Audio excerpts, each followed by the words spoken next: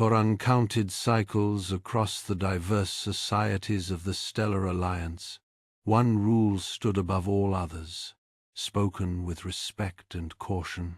Whatever you do, never disturb the humans. In the heart of a vast, ancient archive chamber, where crystalline structures pulsed with the cool light of accumulated ages, Elder Xylos, keeper of Lore, traced a multi-jointed finger across the shimmering surface of a holographic codex. The lore blazed there, shifting through 1,000 alien scripts, the Sol system a vortex of dire warnings and crimson alerts at its core. It was the first edict. The narrator's voice resonated, deep and timeless, carved on the void monoliths by the long-vanished progenitors themselves. A commandment so absolute that the Sol system had remained a forbidden, quarantined, dead zone for millennia.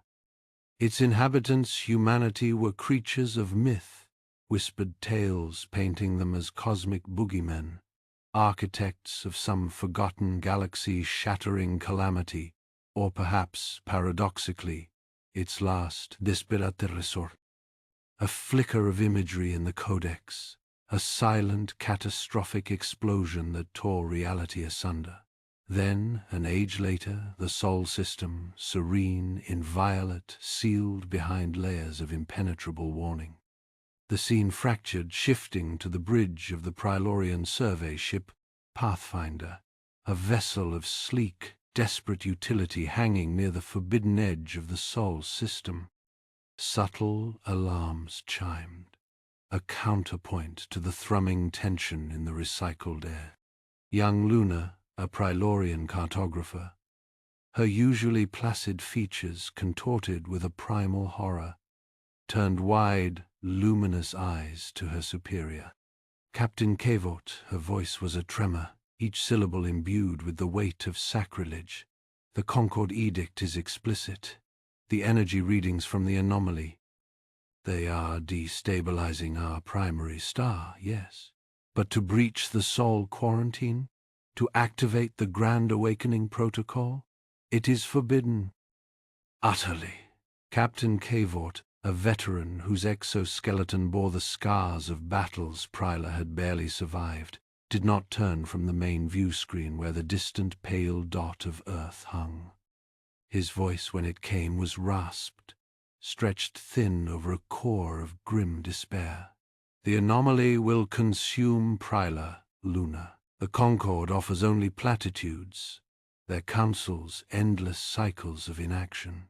The legends, the oldest fragments say they stopped something like this once before. He pivoted, his movements stiff with willpower. We are out of options. His primary appendage slammed down onto a glowing console initiator. Send the pulse. A massive, coherent beam of pure resonance energy, blindingly bright, lanced from the Pathfinder's ventral spine, a spear of desperate hope and ultimate transgression, aimed at the heart of the forbidden system.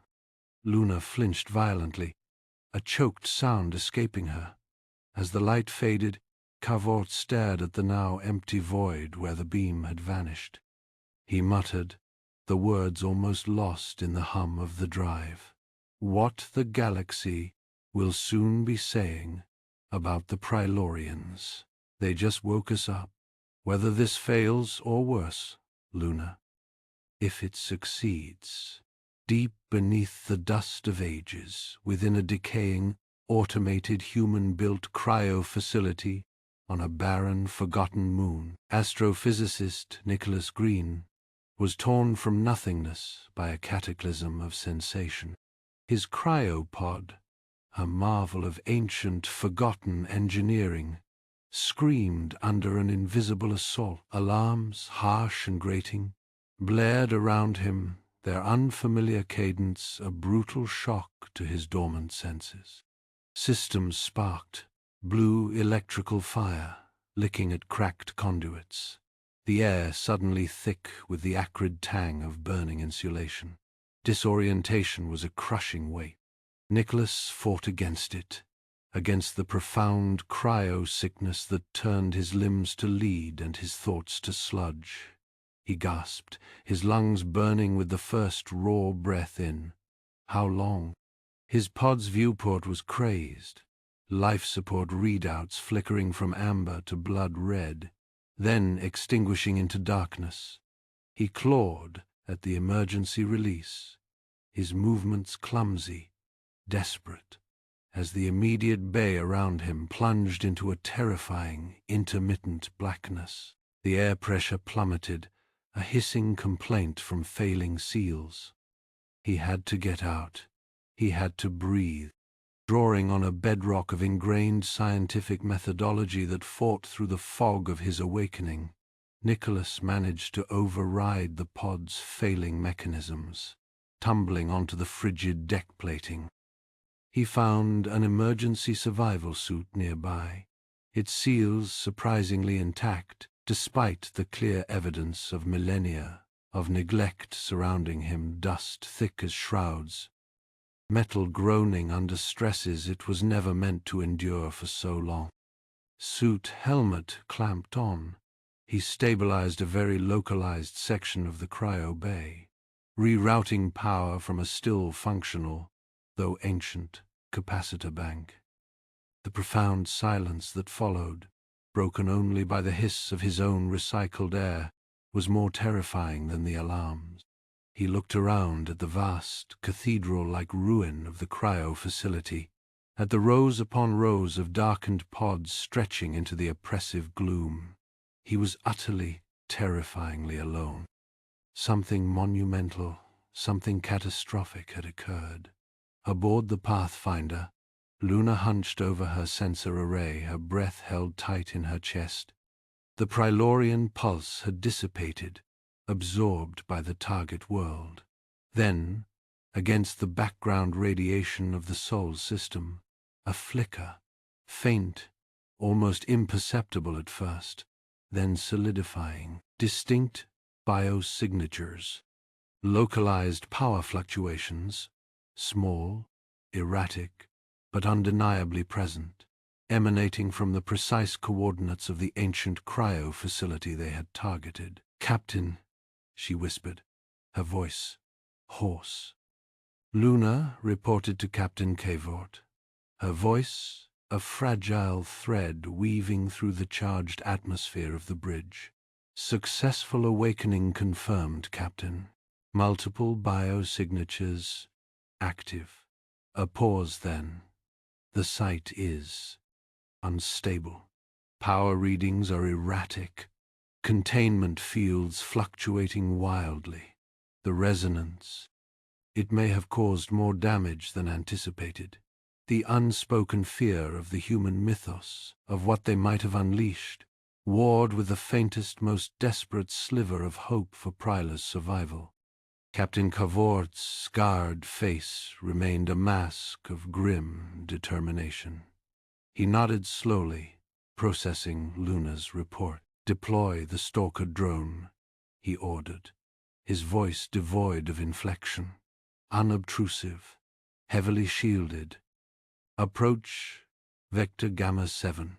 I want telemetry on their status, their immediate environment. Extreme caution, observation only. We need to assess what we have awakened before we even consider making our presence known." A sleek, matte black drone, no larger than a Prilorian scout form, detached silently from the Pathfinder's hull and vanished towards the distant, awakened world. Far across the star-dusted void, at Galactic Concord Deep Space Monitoring Post Epsilon 9, automated systems, designed to watch for the subtle whispers of cosmic imbalance, registered a highly unusual energy signature. A sharp, coherent spike, originating from the quarantined Sol system, distinct from the initial broader Prilorian pulse. It was followed moments later by faint, unfamiliar technological emissions complex, layered and utterly uncatalogued. Low-level alerts, amber and insistent, began to ripple through the Concorde's labyrinthine bureaucracy. Analysts, beings of a dozen different species, paused in their routine. Cross-referencing coordinates, their ocular sensors widened or their antennae twitched. The anomaly was deep within the First Edict's most stringently guarded territory. Designation Dead Zone Alpha Sol. Initial protocols for investigating unsanctioned activity in a forbidden zone. Protocols dormant for centuries were quietly, almost reluctantly, initiated. The great, slow gears of galactic law had begun to turn. The Concorde was becoming aware that something forbidden was stirring in the darkness. The agreement hung in the air, unspoken but firm. Now, the reality of it settled in. A faint whirring cut through the groaning of the cryo facility. Somewhere above, a Prilorian drone, no larger than a human torso, cautiously descended through a compromised access shaft. Its multifaceted optical sensors, glowing with a soft, internal light, swept across the decaying chamber, cataloging the damage and the strange, alien technology. Data streamed back to the Pathfinder, painting a picture of immense age and unexpected sophistication. The drone paused, hovering before a bank of inactive cryopods, its sensors picking up minute energy signatures, the faint echoes of human life, recently awakened. Then, a synthesized voice, tinged with static, crackled through the facility's archaic ventilation system. Unidentified life form, this is a reconnaissance drone of the Prilorian vessel Pathfinder. We come in peace. We request contact with any survivors. Our location is designated on the accompanying visual transmission. A simple rotating holographic image of the Prilorian tri-spiral symbol and a set of coordinates appeared, projected from the drone onto a nearby wall. Nicholas, hearing the transmission through his suit's comms, paused in his efforts to reroute power to the data core. He frowned, his mind racing. Prilorian? Peaceful intentions? He ran a quick diagnostic on his suit's sensors, then focused on the signal itself. The frequency modulation suggested advanced compression algorithms, but the underlying technology seemed different, not necessarily superior, but built on principles he didn't immediately recognize. Definitely alien, he thought. He glanced at a salvaged communications console, its display flickering erratically. If I can boost the signal. With a grunt, Nicholas wrestled a power cable from a defunct life support system and jury-rigged it to the console. Sparks flew, and the console shuddered, but a faint green light flickered to life. He keyed the microphone, his voice strained. Prilorian vessel Pathfinder, this is Nicholas Green. I am human, receiving your transmission. Requesting location confirmation and current date. Signal weak. Please advise. The signal sputtered and died, leaving only static in its wake. On the bridge of the Pathfinder, Luna stared intently at the sensor readings. Captain, we have a response. A human. Responding. Cavort, a grim-faced Prilorian with chitinous plates adorning his face, approached cautiously. Analyze the transmission. Verify its authenticity. Is it a trap? Luna worked rapidly, her multi-jointed fingers flying across the console. The signal is weak, heavily distorted, but yes, Captain, it matches the bio-signature readings. It's human, and he's asking for the date. A wave of relief washed over her. Please, Captain, allow me to initiate direct communication. We need their help. Kvort hesitated, his mandibles clicking softly. Limited authorization, Luna. Focus on data collection. No promises. Show him the nebula. Luna nodded, her heart pounding. She accessed the Pathfinder's holographic projector and transmitted a high-resolution image to Nicholas's location. The image grit in the cryo-facility chamber, filling the space with a terrifying spectacle.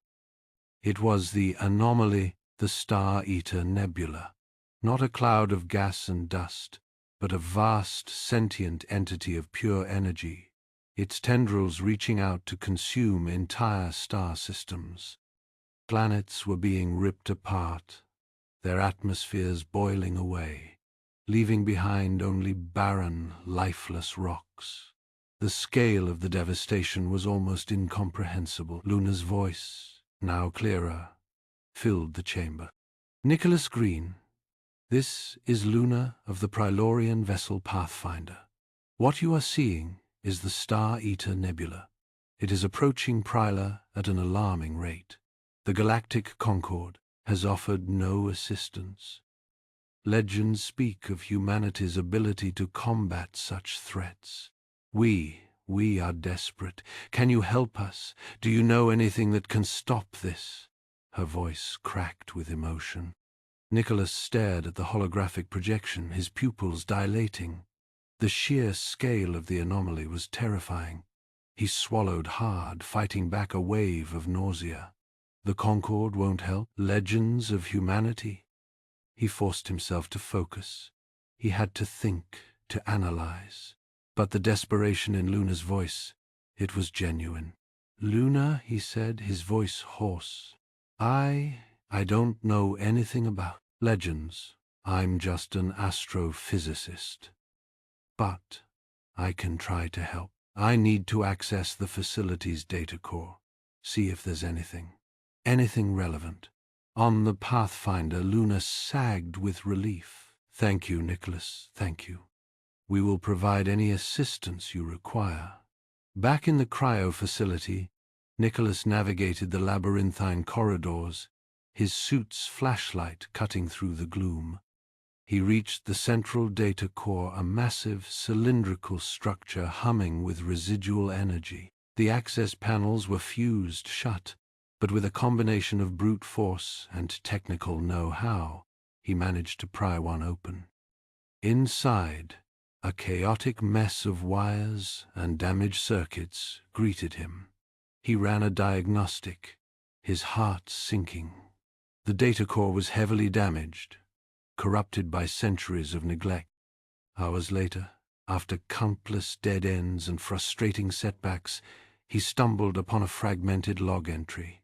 The words flickered on the screen, barely legible. Great Hibernation Protocol. Initiated. Multi-millennial stasis. Necessary for galactic survival. Nicholas stared at the words, his brow furrowed. Great Hibernation Protocol. Multimillennial stasis.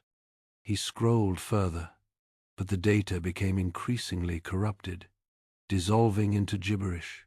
The screen flickered and died, plunging him into darkness. He cursed under his breath, reactivating his flashlight.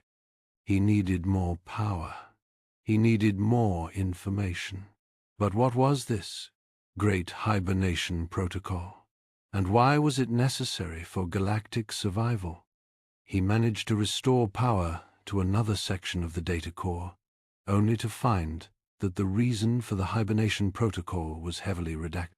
Entire blocks of data were missing, replaced by corrupted code or simple repeating patterns. He found vague references to a necessary sacrifice and a galactic imperative, but nothing concrete. It was as if someone or something had deliberately erased the truth. Meanwhile, light years away, within the vast crystalline chambers of the Galactic Concord, a heated debate raged. Holographic representations of dozens of alien species flickered around a massive circular table. "The Sol quarantine has been breached!" a shrill insectoid voice screeched. "The humans are awake. We must act immediately. Patience, counselor, a deep, resonant voice countered. Admiral Zartok has been authorized to investigate. We must proceed with caution. The first edict is clear. Humanity is a potential threat, but we do not yet know the full extent of the situation. Despite the cautious voices, the fearful factions within the Concord prevailed. A small task force, led by Admiral Zartok, a seasoned but cautious veteran of countless galactic conflicts, was authorized to enter the Sol system and assess the situation. On the bridge of the Concord flagship, Retribution, Admiral Zartok reviewed the briefing. The information was outdated, filled with fear-mongering propaganda about humanity. They were portrayed as a violent, unpredictable species, prone to internal conflict and galactic conquest. The briefing emphasized the need for containment, and if necessary, neutralization. Zartok frowned. He had always believed in following protocol, but something about this felt wrong. Back on Luna, Nicholas relayed his findings to Luna. I found something. A great hibernation protocol, but the reason for it? It's redacted. Someone doesn't want us to know why we were asleep. Luna listened intently, her expression grave. Redacted? That is concerning. We will provide you with access to our technology.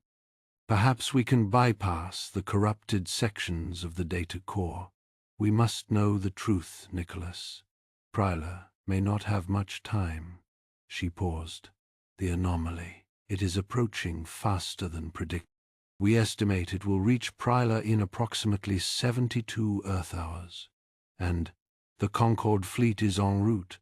They will arrive in approximately 96 hours. Nicholas felt a knot of dread tighten in his stomach. Time was running out. Then we don't have a moment to lose.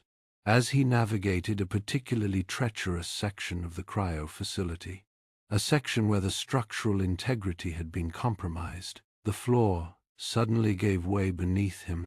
He cried out, plunging into darkness. Just as a section of the ceiling threatened to crush him, a faint blue energy field flickered to life around his body, deflecting the falling debris. He stared in disbelief at the shimmering energy shield emanating from his suit. It was a personal energy shield, far more advanced than anything he had ever seen, its energy density defying modern galactic standards. On the bridge of the Retribution, Admiral Zartok stared at the sensor readings. Energy signatures detected on Luna, both Prylorian and human. They are active, transmitting a communication request. They will explain their breach of the first edict. He paused, then issued an order. Prepare a standard greeting, but maintain weapons lock. We cannot afford to underestimate these humans. Back in the cryo facility, Nicholas, still shaken by his near-death experience, contacted Luna. Luna, I just activated something. A personal energy shield. It's incredible, but we need to talk. Face to face. There's a secure location in Sector 4. Can you meet me there? Luna hesitated. It is risky, Nicholas, the Concord fleet, and the anomaly. I know, Nicholas interrupted. But we don't have a choice.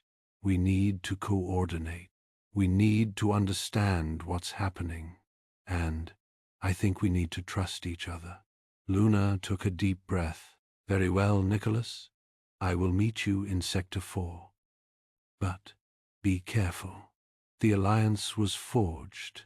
A risky gamble in a desperate situation. The fate of Pryla, and perhaps the entire galaxy, hung in the balance. The shielded chamber hissed as its doors parted, revealing Luna. She stood frozen for a moment, her large, multifaceted eyes wide, with a mixture of awe and apprehension. Human, she breathed. her voice barely audible even through the comms built into Nicholas's borrowed Prilorian envirosuit. Nicholas, for his part, took in Luna's appearance. Her crystalline skin shimmered with an internal light, and her 4 delicate arms moved with a nervous energy. He saw not a monster from galactic nightmares, but a being consumed by genuine desperation. "You look like you haven't slept in days," he observed, his voice rough from disuse. "Tell me everything." For the next hour, they shared information within the secure chamber. Nicholas displayed the fragmented data he'd recovered about the Great Hibernation Protocol. The reason for its initiation still frustratingly redacted. The words "kin war" and "sky plague" flickered across the screen, followed by lines of code that dissolved into static. Luna, in turn, projected holographic simulations of the anomaly's growth. A swirling vortex of dark energy consumed stars with terrifying speed, leaving behind only empty voids in the fabric of space-time. "Our projections indicate Pryla will be completely consumed within weeks," she said, her voice tight with suppressed emotion. "The Concord, they offer only platitudes and bureaucratic delays." Suddenly, a priority transmission blared through the chamber's comms system. Her stern, reptilian face filled the screen. "Admiral Zartok of the Galactic Concord. To all vessels within the Sol system, identify yourselves immediately and submit to inspection. This is a direct violation of Concord Edict 72 Alpha. Failure to comply will be interpreted as an act of aggression, and appropriate military action will be taken." Luna paled. "We must cooperate," she urged. "The Concord, they can be reasoned with. They uphold the law." Nicholas shook his head, his expression resolute. "Humanity has a long history of distrusting centralized galactic powers. They promise order but often deliver oppression. I'm not inclined to trust them, especially when they're pointing weapons at us." Before they could continue their debate, a piercing alarm shrieked through the chamber. Luna gasped, her multifaceted eyes widening in horror. A distress call from Research Station Delta near the anomaly.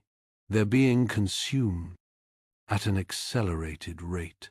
The transmission crackled to life, filled with static and screams. A desperate voice cried out, "The energy, it's tearing us apart.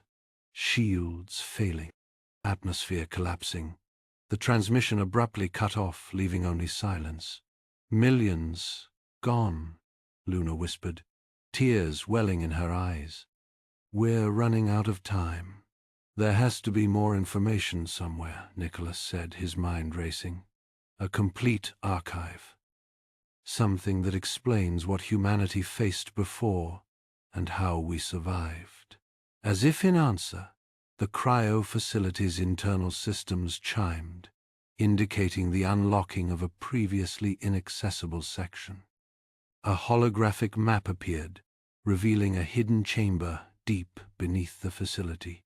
A restricted archive, Nicholas realized.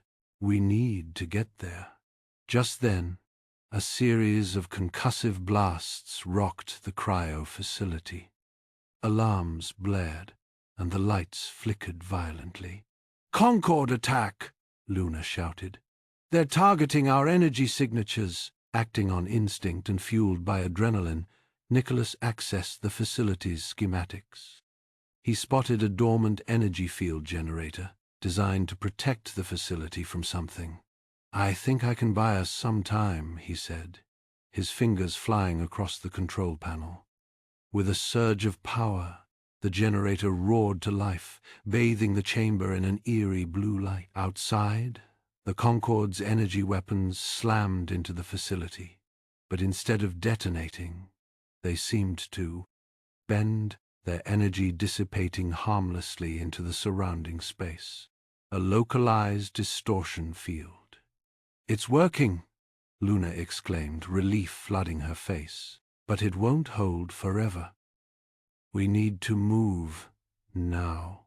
Under the cover of the distortion field, Nicholas, Luna, and a small team of newly awakened humans, a mix of engineers, scientists, team boarded a strange new craft.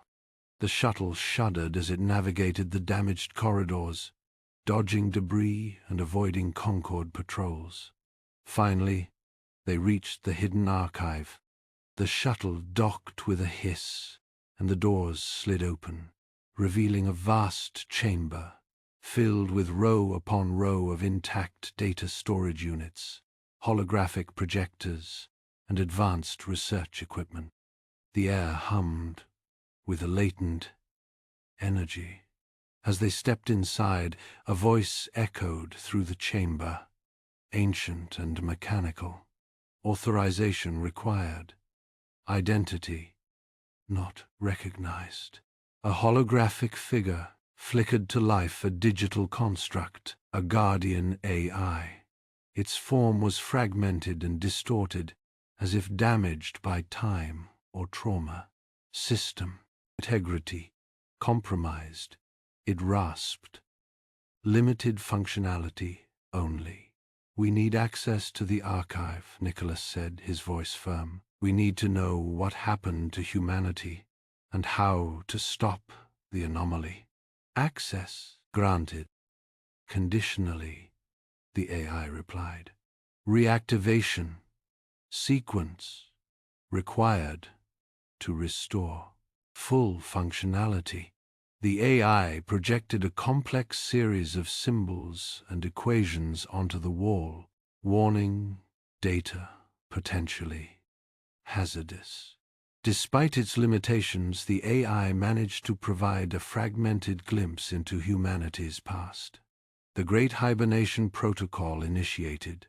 After the Void War, it said, its voice echoing with a hint of sorrow. A war against entities from beyond, known space. Void entities? Luna asked, her voice trembling. Like the anomaly? Similar, but far greater, the AI replied. Humanity achieved victory, but at a terrible cost. The AI projected images of devastated worlds, twisted landscapes, and cities consumed by strange energies.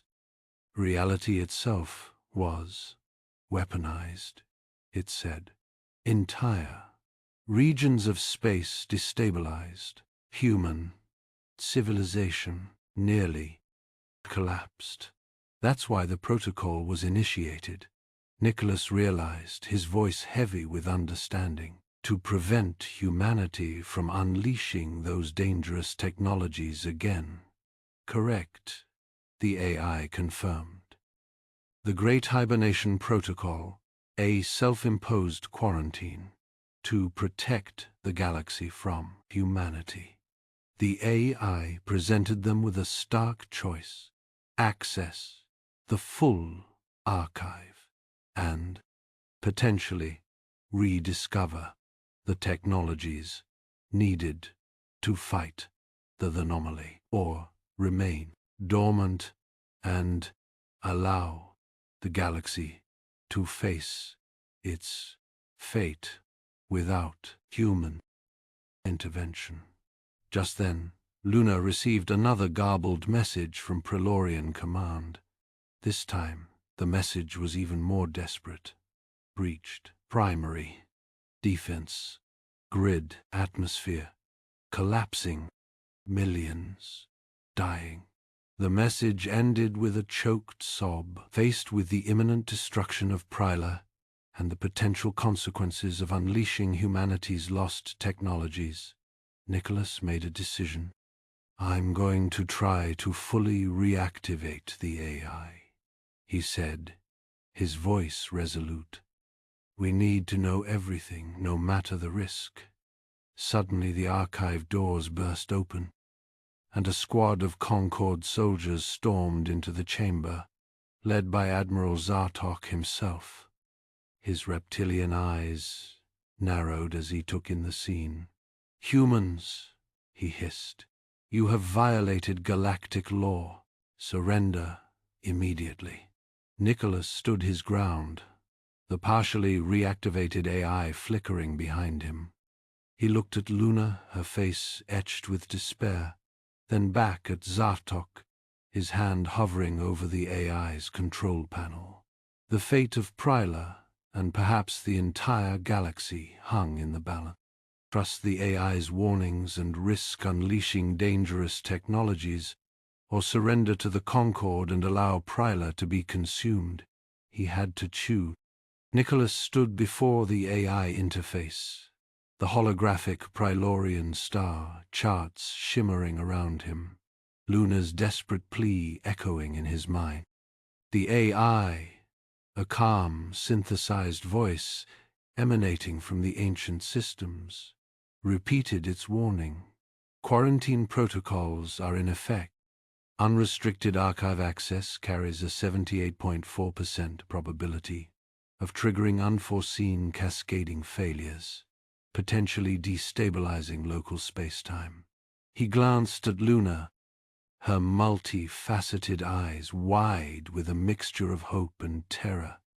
Pryla's fate hung in the balance. He looked back at the interface, his eyebrows furrowing.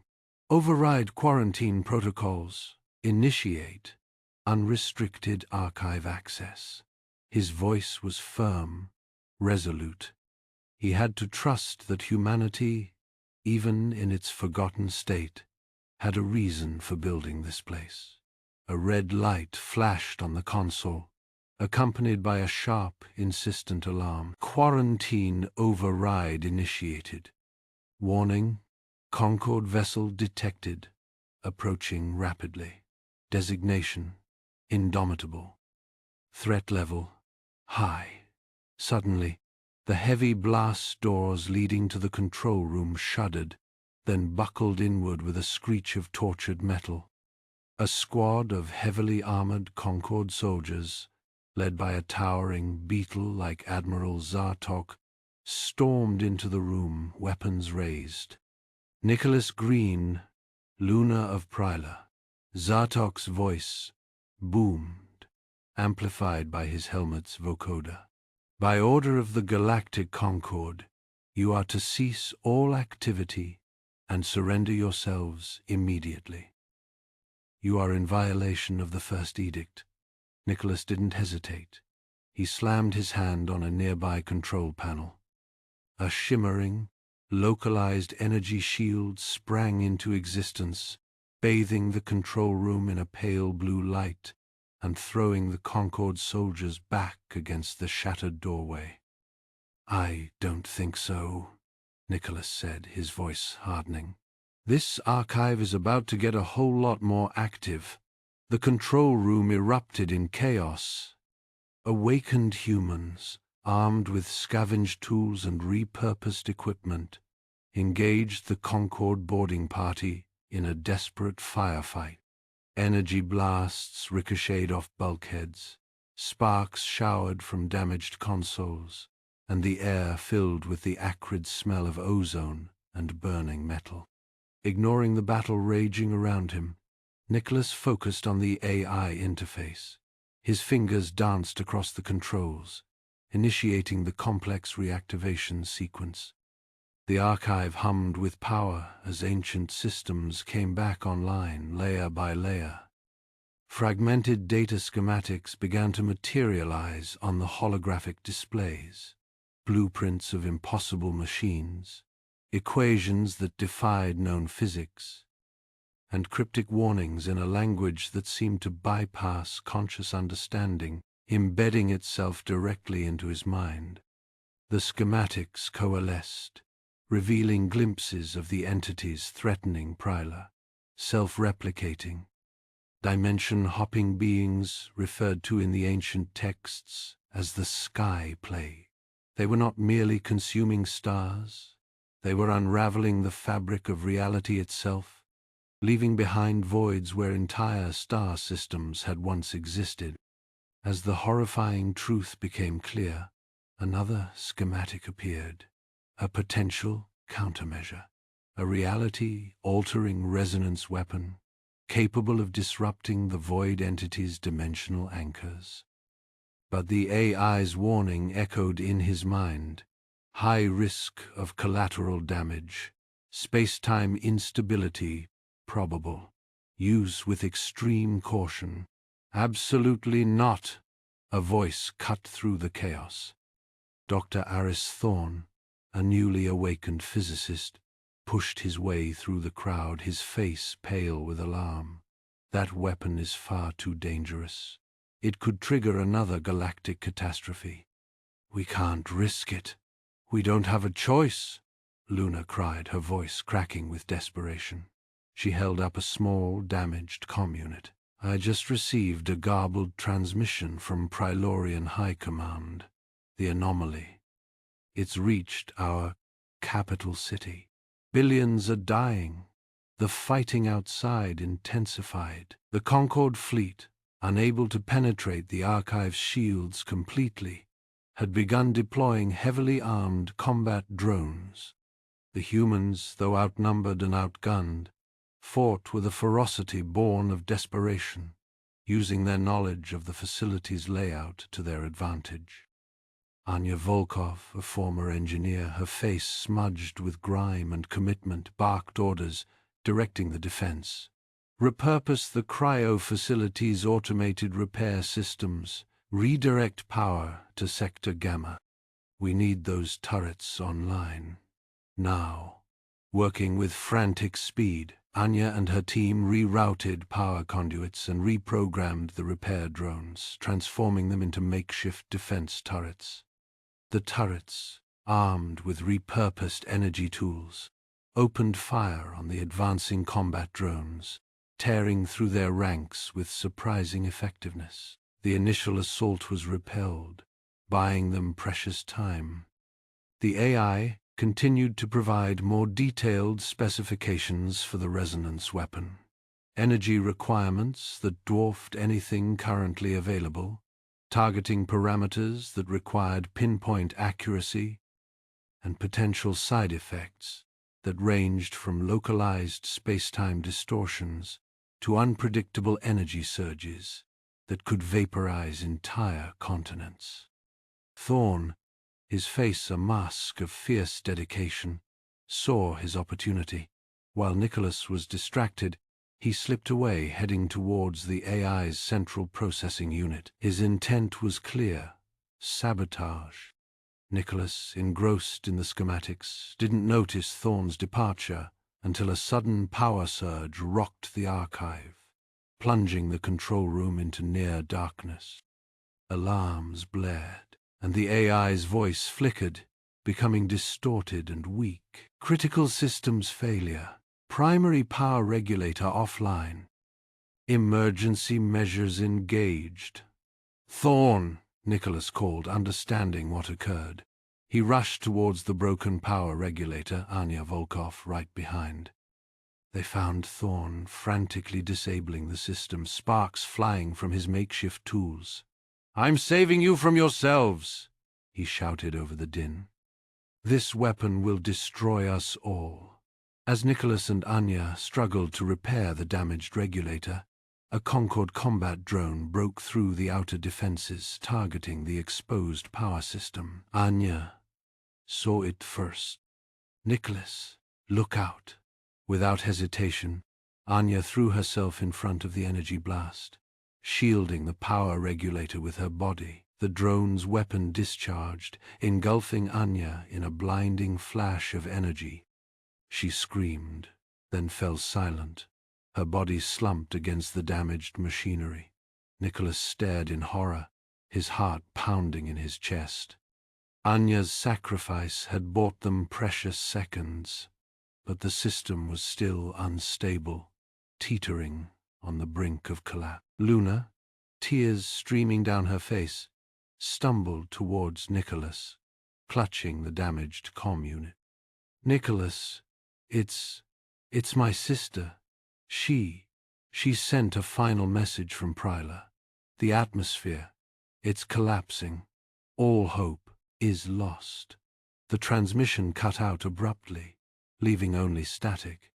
Driven by grief and a desperate tenacity to honor Anya's sacrifice and Luna's plea, Nicholas bypassed the remaining safety protocols, his hands trembling as he initiated the resonance weapon's activation sequence. Massive amounts of energy surged through the ancient systems, the archive vibrating with unimaginable power. "Activating resonance weapon," the AI announced, its voice strained but unwavering. "Targeting parameters locked, space-time integrity compromised. Proceeding with extreme caution."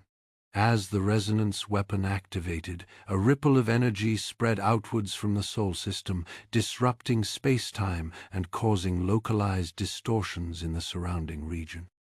The Concorde fleet, caught in the energy surge, was thrown into disarray, their ships spinning wildly out of control. Simultaneously, as the resonance wave propagated outwards, the sensors registered a response from a distant, unknown source.